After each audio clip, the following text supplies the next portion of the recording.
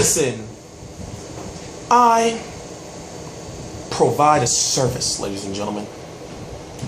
I'm T Street Controversy, and this is T Street Controversy Live, and I cover every single major fight live.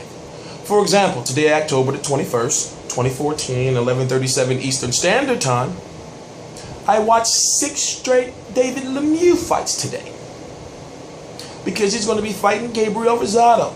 And normally on the weekdays, that's what I do.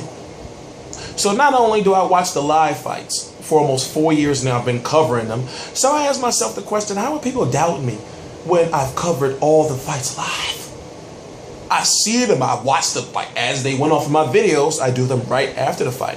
So what I'm saying to you is this. I want to talk to the boxing community as a whole, because there's some shenanigans going on and I want to expose it. So today we're going to talk about Anthony Mundine, 42-6, former multi-divisional champion of Australia, versus Sergey Rabchenko, 25-0 with 18 KOs, the current #1 contender at 154 pounds for Floyd Money Mayweather's 154-pound WBC title. First, we heard the news that this fight was going to be for the #1 contender spot for Mayweather, but then we find out that Rabchenko's belt is not on the line. But at this point in time, it doesn't matter because he's undefeated. Sergey Rabchenko, how can I put it? You know, we're going to talk about Anthony Mundine first. I'm trying to figure out how to put this. I get tired of hearing people talk about the same boxers over and over and over again. I made the decision 2 years ago, maybe closer to 3, to separate myself from everybody else. I said, okay, all right. People think I can only just cover Mayweather Pacquiao. I said, you know what? I'm going to cover all that shit, because I noticed nobody else wasn't doing it. But with that, understanding that growing up as a kid, I couldn't see Anthony Mundine fights. Growing up as a kid, I couldn't see fights with Johnny Nelson. You know, I couldn't see fights of, I couldn't see, Tony Mundine Sr. I couldn't see that stuff. So it wasn't until about 2007 YouTube and, the internet, when it was actually like Wi-Fi, high-speed internet, I was actually able to go and watch like fights that I've always heard about. So American boxing fans don't really know who guys like Anthony Mundine is. So American boxing fans don't know who guys like Carl Frampton is. American boxing fans didn't even know who Kell Brook was, really. They were saying, he's a bum. Who's this guy coming over here? People forget. For some reason, Americans think that boxing just is in America and it originated in America. They forget that there's other countries and all that. They forget that there's bosses in other countries, just like Mayweather the king over here. You got guys like Carl Froch, who's the king over there, and then Mundine was the king where he's at. You get what I'm saying? So I get upset when people talk all this shit, and I'm thinking like, well, tell me who this is. But what belts this person got? What division they fight in. You know how many times I done heard, man, I wish Floyd would just fight Andre Ward, man. Or Floyd should fight B-Hop. Shit like that. And I'm like, that doesn't make no sense, man. And I get frustrated. When you see a fighter that's on a video game, I even heard a comment that somebody said, I thought Anthony Mundine was a created fighter. And I'm thinking, the motherfucker's on a video game. So, what I'm saying is this. Anthony Mundine is 39 years old. He'll be fighting 4 times this year after Rabchenko. At 39 years old, he lost to Clottey.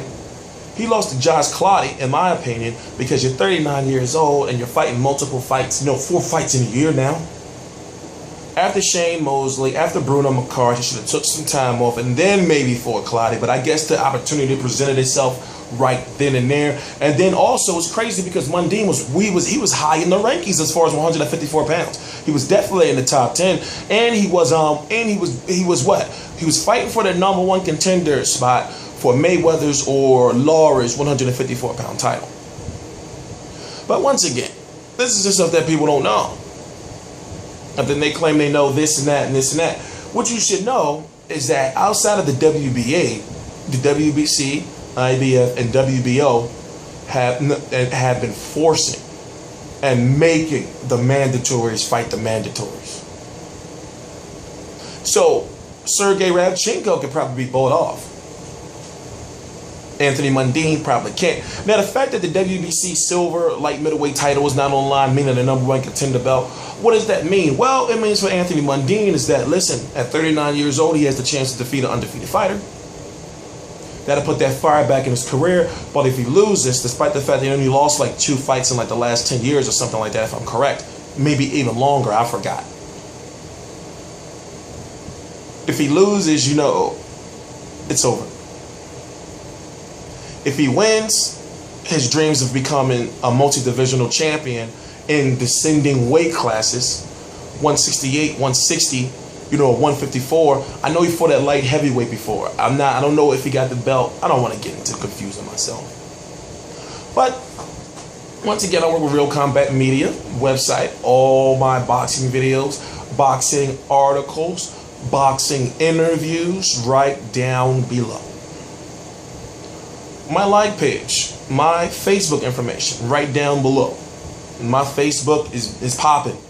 I have active Facebook accounts, and I make sure that all news comes there first. Only the people that are in there are going to understand, you know. And people who are not on my Facebook, they think they know what they're talking about when they watch these videos, and they think they know me. You don't know shit. My Facebook fans and my Facebook friends, they all know me very well.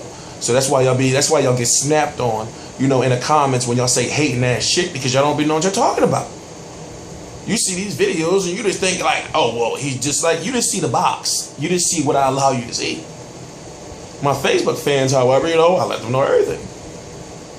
So I'm going to be here doing the ultimate work, because if I'm going to watch a fight like Carl Frampton, Kubrat Pulev, Tyson Fury, Chris Eubank Jr., those happen on a Saturday between 2 p.m. and 6 p.m. I'm dead serious. On a Saturday. And then, not to mention, there'll most likely be an HBO or Showtime card later on that night. That's from like 9 p.m. to about closer to 1 a.m. So Saturdays, I be booked up. But that's hard work and dedication. That's what other people don't do. They think they can come on here and just do videos. No, the videos for me are the easy part. Trust me. It's all a background. It's all, the videos are the easy part. So here's this crazy thing. To watch Anthony Mundine versus Sergey Rabchenko, I gotta stay up or wake up at 3:30 in the morning on a Wednesday. That's why I'm self-employed, and that's why my job is on this level.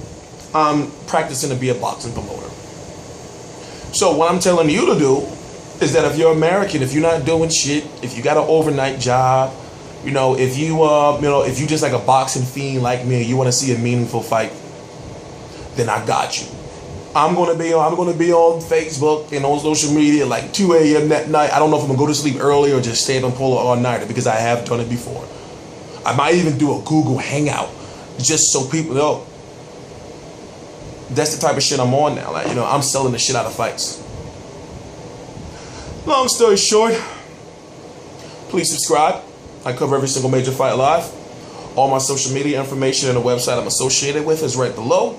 I'm going to be actually covering Hopkins versus Kovalev. I've been to the first media conference. I participated in the media call. I've got interviews with De La Hoya, Hopkins, Kovalev. I've recorded the whole press conference. I'm going to be going to the final press conference, the media day for Hopkins versus Kovalev, the actual fight, the post-fight press conference, the weigh-in, you know. So I've learned that, like I said 4 years ago, you know, when I was drunk and rambling, that I was going to take YouTube. Now, sober, I'm really going to take boxing on YouTube. So as far as the level of being a boxing commentator, I'm done with this level.